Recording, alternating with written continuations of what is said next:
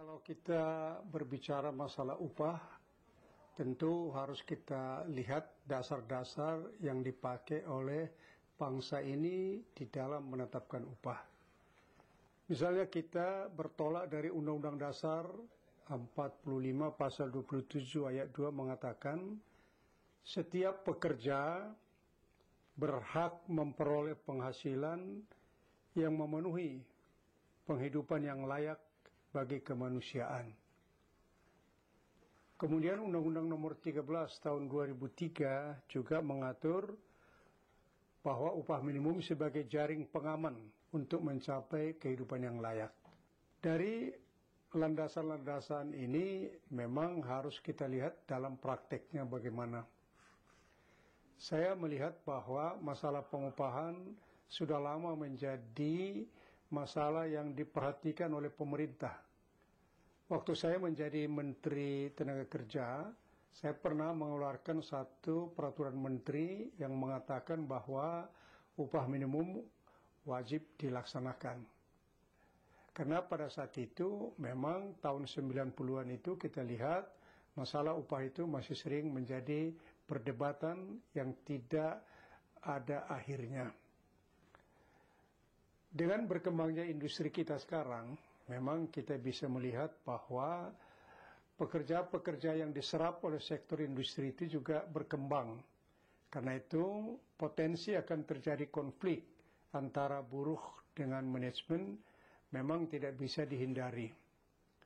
Apalagi kalau kita lihat 30 tahun terakhir ini, pendidikan-pendidikan yang dilakukan oleh bangsa ini melahirkan putra-putra yang begitu mempunyai rasa kritis mereka.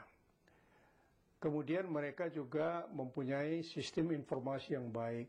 Oleh karena itu memang kita tidak bisa menghindari adanya tokoh-tokoh buruh yang cukup kritis terhadap perkembangan yang ada. Namun demikian perlu kita sadari, di dalam perkembangan Indonesia ke depan kita juga bersaing dengan negara-negara lain.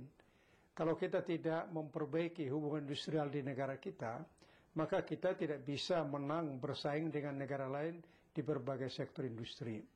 Oleh karena itu, Undang-Undang Nomor 13 Tahun 2003 juga mengatakan perlu dibangun hubungan industrial yang dinamis dan harmonis.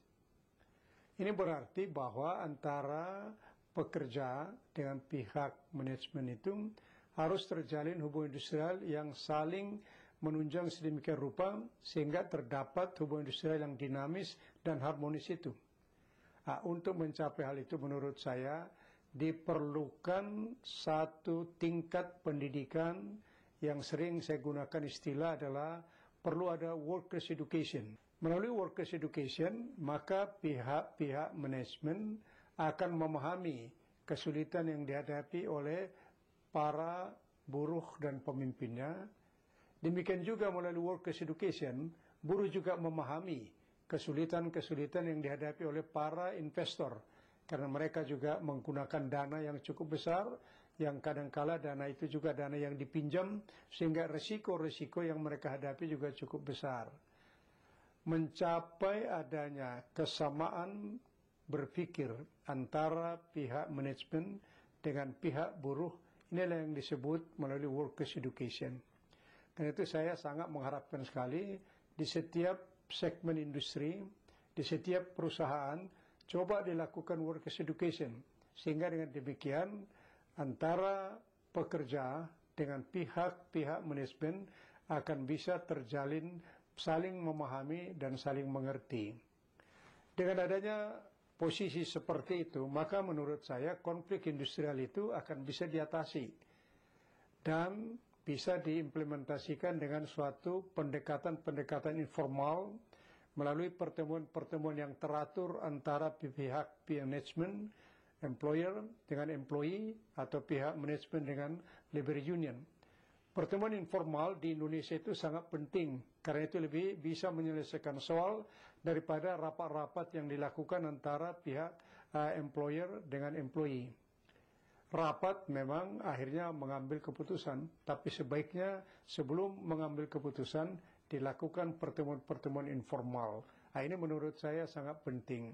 Jadi dengan langkah-langkah seperti itu, kita bisa mencapai adanya pemahaman yang sama, ada kerangka berpikir yang sama, maka dengan demikian kita bisa mencapai kesepakatan-kesepakatan.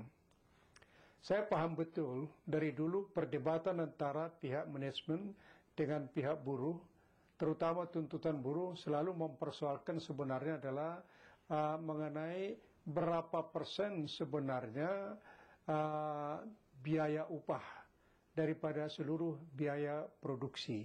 Atau kita pakai istilah dulu, labor cost itu sebenarnya berapa persen daripada cost of production di dalam setiap industri. Dari situlah kita bisa mengukur berapa yang harus kita bayarkan sebagai upah kepada kalangan-kalangan pekerja itu sendiri. Di beberapa negara dianut paham bahwa pendekatan-pendekatan informal itu penting, misalnya seperti makan pagi bersama, morning breakfast itu juga di mana hadir tokoh buruh, tokoh-tokoh pengusaha, dan kalangan pemerintah mendiskusikan proyeksi keadaan ekonomi 1 tahun ke depan. Sehingga dengan demikian kalau itu bisa dilakukan secara teratur, menurut saya juga akan baik. Karena dengan demikian pengusaha juga bisa menyusun anggaran belanja perusahaannya dengan prediksi 1 tahun ke depan. Demikian juga para pekerja bisa memperhitungkan kira-kira tahun depan mereka akan menerima upah berapa.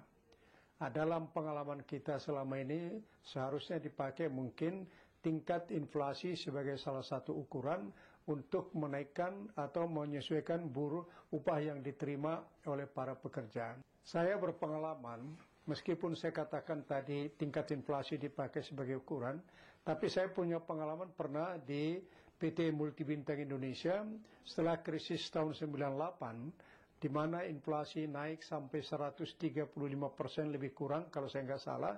Tetapi waktu kami berunding mengenai perjanjian kerja bersama atau sekarang disebut collective labor agreement itu, akhirnya buruh juga sepakat bahwa tidak menggunakan kenaikan yang berkelebihan itu.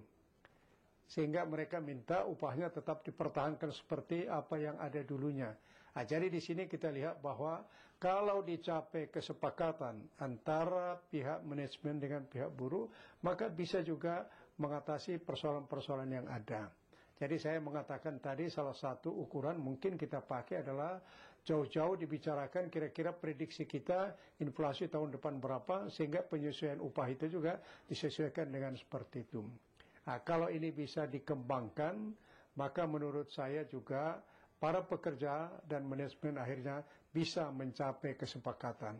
Jadi jelasnya perlu ada kesamaan ideologi antara para pekerja dengan manajemen, baru kita bisa mendapatkan hubungan industrial yang harmonis dan dinamis. Terima kasih.